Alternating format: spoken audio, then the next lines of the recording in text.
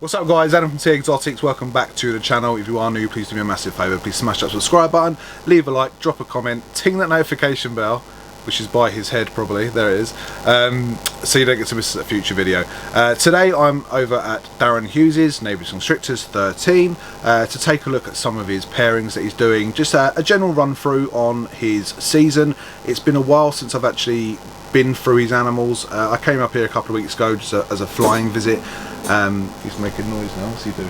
I was attacked. He's attacked by a hook or something. No, by this man here. I don't know who he is. Oh, there you go. So yeah, we're going to take a look at Darren's season, how it's going, and have a general chit chat with him. So enjoy the video. Hello, sir. Oh, hello. How are you today? No intro there, go on, Darren, we're ready or nothing. It's like, hello, sir. No, straight into it, mate. Straight into it. It's been a long time since I stood in front of your camera, hasn't it? It has. It's been a long time. I think I forgot the camera last time, didn't we? We had a good chat. And yeah, and then we organised it throughout the week and completely forgot. You got busy. What was you doing? You was getting your hair done, weren't you? Oh, and we're not gonna. Yeah. Well, yeah, we are gonna mention it. Joe Exotics. Go that. Yeah. So my new name is Joe Exotics because I've highlighted my hair. But for people that know me, I used to have it like that all the time. But it might. This doesn't make it right. It might come to a bit of a shock to some people to see me with blonder hair. Saying that, look, I've got hair in at the back, and so I normally have Zilcho hair. Yeah, you got the silver fox thing going, though, haven't you? No, I had them put in. The old George Clooney. Yeah, I had the silvers put in. Where you went with ginger, I went with silver. Yeah, well, it will go blonde. It will go blonde as the sun hits it. It will go a bit blonder. Yeah, so of course. That's the plan. What do you want to see? Right, so it's been a while since I've actually looked through your racks and seen your animals, and to be fair, I can't remember half the stuff you've got. I've been looking at some of your tags and sort of ringing a bell. I know we have got a mama laying some eggs there as we speak. Just the chalk dates on there. So the red cross means she's ovulated.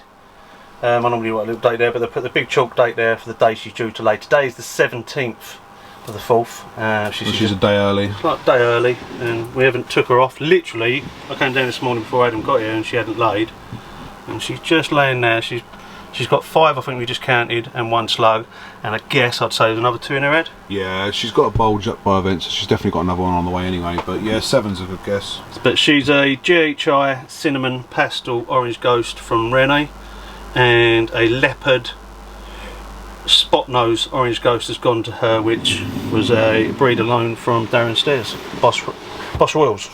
Awesome, awesome. So that one's good. That one. So what was your potential? I mean, obviously we know all the stuff you can get out of that, but what was the one thing that you wanted to hit out of that clutch? That one there for me is going to be a GHI. What I would love to keep back is a female. My phone. That's your phone. A GHI leopard spot nose ghost. Be nice to see what it does with the cinnamon as well, and the pastel obviously, because it works quite well in ghost.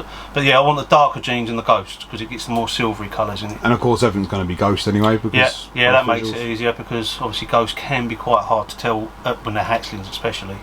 Lucky enough, the sheds give you a good indication, but that one there is guaranteed to be ghost. The very minimum I'll get out of this ghost. Yeah, I'll be looking forward to seeing that one. Yeah. So what clutches have you had already on the ground? 1 at the moment. Just 1 we were just talking about this. I started late this season. I normally start sort of end of November.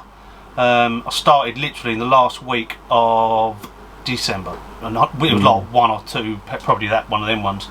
But the clutch I've got on the ground and in the incubator is due to hatch in a couple of days. Incubator's moved, by the way.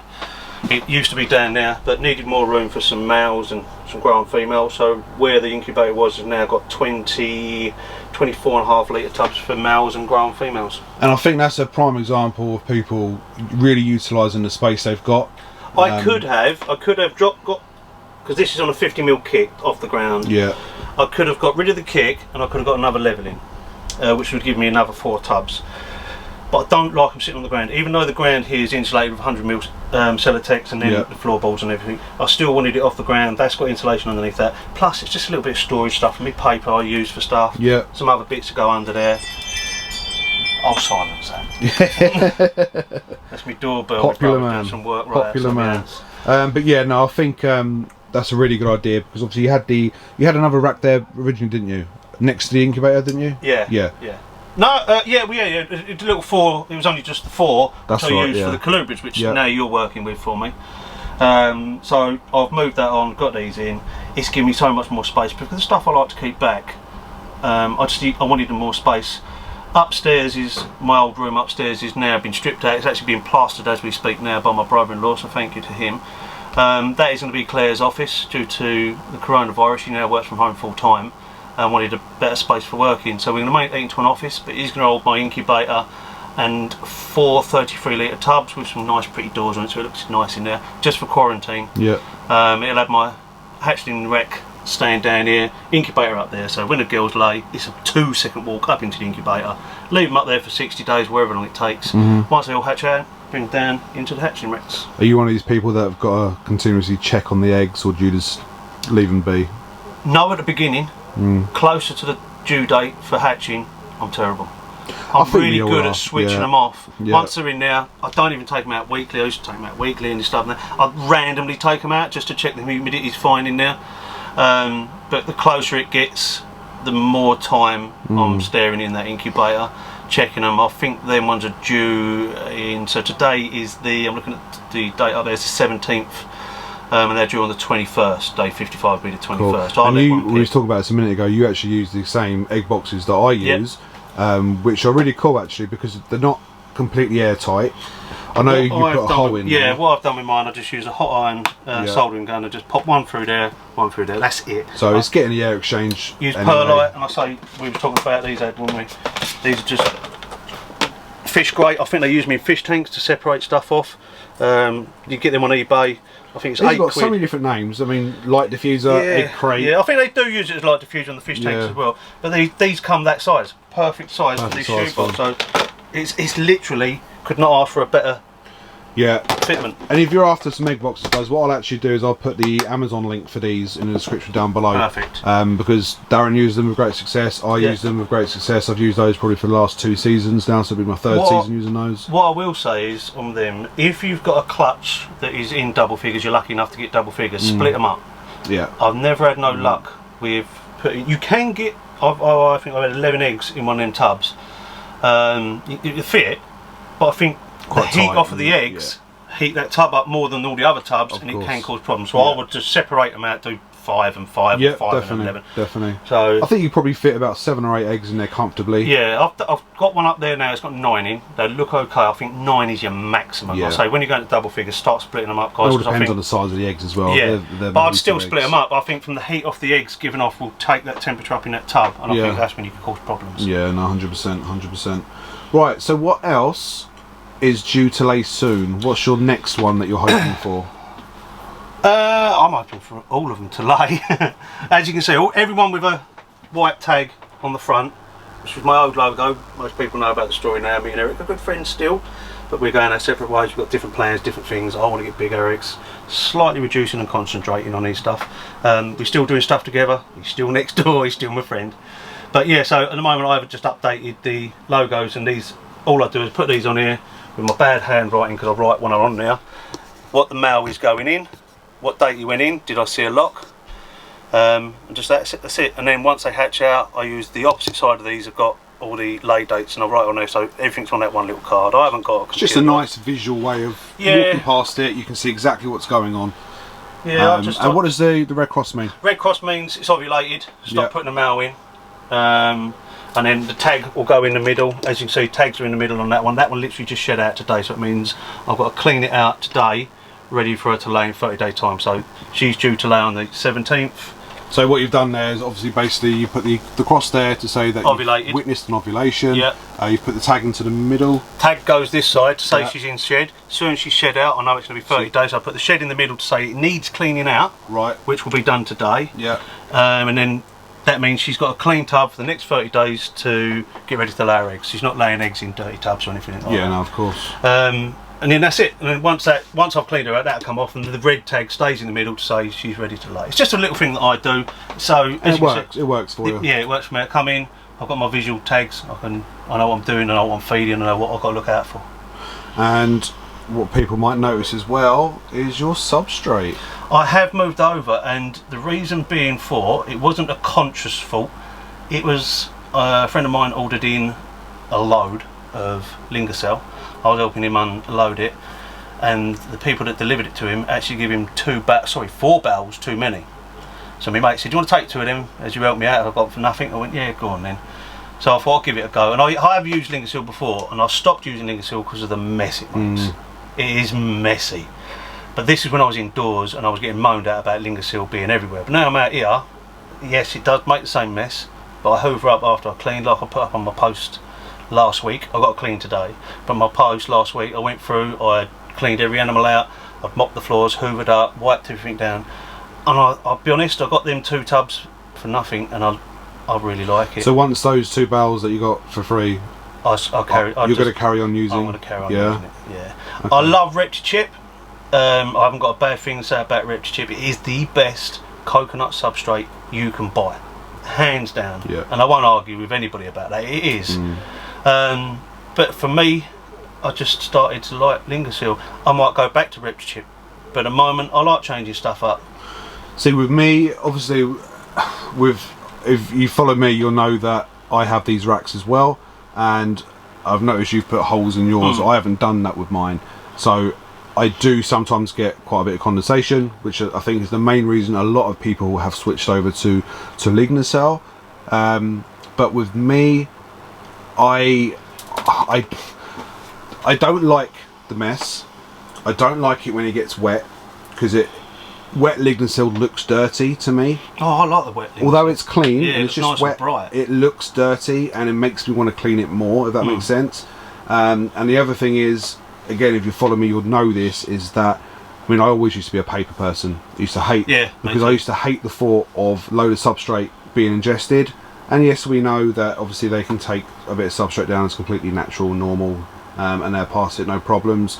But when you put a rodent in a tub that's slightly damp, the rodent I mean, it sticks to it. You know, it's going to be taking down a hell of a lot of this, and that always scared me. Do you know what? I've never worried about it. I just think look at the size of them bones in these rats. So for a small rat, which is, I feed small rats to the bigger females and slightly bigger small rats as well, like 130 gram rat. If you took the biggest bone out of that rat and then took a little bit of that substrate and you went, you're 100% right. And you're worried about the substrate, not the bone. But you know? For me, it was more not the fact that they're ingesting it and it's actually going down. It's when they get it all stuck in their mouths and they're yawning and they're trying to get it out. I would sit there and pick it all out. Yeah. And I've not had no trouble with that's just my OCD part of it. Yeah, well, we've all got different OCDs. You know? But yeah, I've not had a problem with it, and I do defrost my rodents in water. Everything I feed's defrosted, even though I breed a lot of my own rats. Everything's still fed defrost. Yeah. But yeah, I've never had a problem with it. So now what I do, so I'm still on ReptiChip. Obviously I sell ReptiChip through the shop as well. So I do like using it so I can actually say to my customers, this is what it's like, etc, etc. But I do make mine really, really dry. See, I'm thinking about going back to ReptiChip in the summertime. Yes. When the humidity's down. Good idea. So I make mine really dry. So I literally keep it in the bag, take the little tag out, and then I put just 2 litres of water in it. I was doing 3 litres. And then I let it, give it 20 minutes, and then I break it down dry. So I've sometimes got to really break it in half because it's bone dry. And then once it's all crumbled up in my big bin, I will then add some moisture as I put it into the tub. Yeah. Obviously, because it's a lot easier to add the moisture than it is to remove it. And it seems to be working really, really well. Yeah. Half of me says go back onto Lignicell. One, because it's a lot cheaper, you get a lot more of it. It's a hell of a mess. But it's a hell of a mess. And if you've got a shop, that's how people judge. Yeah. If you walk into a shop and you've got ReptiChip, Lignicell floating over. I mean, because I use Lignicell in the actual shop for like clubrids and things like that. And you get a clubrid out, you get a corn snake out, it's all over the floor. And with my OCD, I've got to then sweep that up straight away. I won't wait 20 minutes while I'm talking. I'll get someone to clean it up while I'm there. Listen to you. I'll get someone to clean it up. Who's the boss? When you're a boss, it's just I don't like mess on the floor. No, I really don't like mess on the floor. I've got clean today. I've been done. I do spot cleans throughout the week, so there will be someone. But it's pretty clean. It's I've got a Hoover beside you. I've got a handheld Hoover up there. My little. Where is it? Right down there. Oh, that one there. It's always there. Yeah. I think the last post I put up about me cleaning this place out, my girlfriend never posts anything on Neighbours Constrictors 13. Even she put up, wouldn't hurt you to do this indoors. Like, I think I remember seeing that. Yeah, shot myself in the foot on that one. And I think people know I like the burgundy. I work with burgundy. She's now just bowl wrapping. I'll let you lift the camera up. So that's a burgundy female, 100% het. She's a beast. Yeah. The size of her. She's 100% het for pied, and I've put a clown, 100% het lavender, 50% het pied to her. Yeah. I want the het clown burgundies, that's what I want. But to hit a pied, if it proves out to be a pied and I have a pied that's 100% het clown, 100% het burgundy, 50% het lavender, just wow. classic. Yeah, absolutely. 100%. Yeah, really excited about that one. So that one. So you haven't witnessed an ovulation with her yet, obviously. No, not witnessed. She was paired up the other day, so she's still locking. You can see she's in a water bowl there, so she's doing the right sign. She's going the right way, and she just said she's quite big. So going back, so when you're pairing, do you actually pair up until you see an ovulation, or do you have a date in your mind, or how many locks? There's a cut-off date for me. I think we all know this ain't going to happen, so you just stop doing it. Yeah. But for me, if they're showing the right signs but not ovulated, yeah, I'll carry on. But you can see by the dates there's a big gap between them. So I started this one, as I said, end of December. So at the end of December, and then I went 2 weeks until the next one. Then I went nearly 2 weeks again. That's the 7th, so that's even longer, just nearly a month. Then I went another month. Yeah, it's just how, I'll be honest, I've been very sporadic this year for pairing. In the past I used to be like, right, feed on a Monday, back in on a Wednesday, back out on a Friday. But now I'm like, I tell you what, I'm just doing it very sporadically. I want everything to be healthy, especially the males this time of year. I've never had a problem with a male the way I used to do it, but I just thought, let's do it sporadically. And everything seems to be working alright, and I'm happy. So, good. And they're happy. Good. Right, so what else are you excited for this year in terms of pairings you've done and the potential babies that you can get? I think I've got 38 pairings this year. Obviously not everything goes. Yeah. I'm excited about each one for different reasons, but like I say, the burgundy one really sort of gets me excited, because then that's a step forward, and probably could be also a leap forward if I don't prove out that. Yeah. One I really want to hit that I didn't hit last year, saying stuff don't go, this one didn't go last year, so the banana cinnamon female to champagne cinnamon fire. So this is the one I produced in 2019, missed it last year. So this is the girl that I produced. Come on, baby. She's gone in here, she's gone a bit, she's just kicked back in feeding now. So that one is a super cinnamon champagne fire pastel. So I want to add banana, because in my brain these greys that they're picking up on there should go more purple, and I think that will just look so cool. So I'm trying to hit a super cinnamon champagne banana fire. That's what I'd like to have. Yeah. That's a female banana as well, so I could get a female one out of it, which really would excite me. This one here, these ones are both were finicky feeders. They're in 33 litre tubs, but they've been in here a month or so now, and they both just kick back in, so I'll make sure they get a bit of weight on them, and then I'll offer them back into the 33 litres. So this one is actually a 2018. It's just been a picky feeder. She went right off of food. She's a spot nose spark. When I first bought her, I had no intention. I was going to do everything I could not to put yellow belly with it. But since then, learning about since then learning about ivory clowns, yellow belly clowns, and stuff like that, I've got a leopard yellow belly clown, 100% het albino, possible wet pied, which I'm going to put to this girl when she's of size, in the hope to hit a puma leopard spot nose, 100% het clown, possible albino, because I've got the albino clown stuff I'm doing. So that would be really cool for me, and I think a leopard spot nose puma anyway would be awesome. A lot of people have sort of forgotten about puma, and they've got gravel stuff, and I think that's true in a lot of genes. I mean, it's like albino. I mean, I saw, who was it, posted something the other day about the albino making a comeback, and there's still so much you can do with albino. Well, this year, this is another good one actually. Let me see if I can get her out. I've had no visual locks yet. This is beautiful. Come from Scott Wilkinson. He works with albino. She can be a bit, let's say, kissy. Here's my hand. Here's my hand. Don't do it. Don't do it. Don't do it. Don't. There you go, girl. Ooh.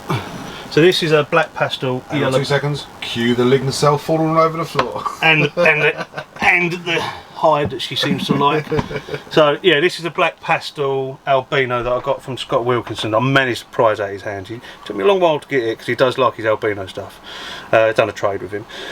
But I'm doing not many people have heard of the yellow belly novas or the Nova gene. Yeah. And I've got a yellow belly nova, which I saw a yellow belly black pastel nova, and it's just awesome. Everyone thought it was a sunset gene. Yeah. So I want to get it into albino. So this season I've put a yellow belly nova to her in the hope to hit the yellow belly nova black pastel, which would be 100% het albino, then to go on to make the albino version. I've got a little plan, I've got a thought in my head that it will turn, if anyone looks up the black pastel yellow belly nova, see how orange it is. I'm hoping it's going to turn these more orange, but we won't know until we do it. 100%. So I'm going to do that this year. That's all part of the fun. Yeah, and so that one there for me is quite exciting.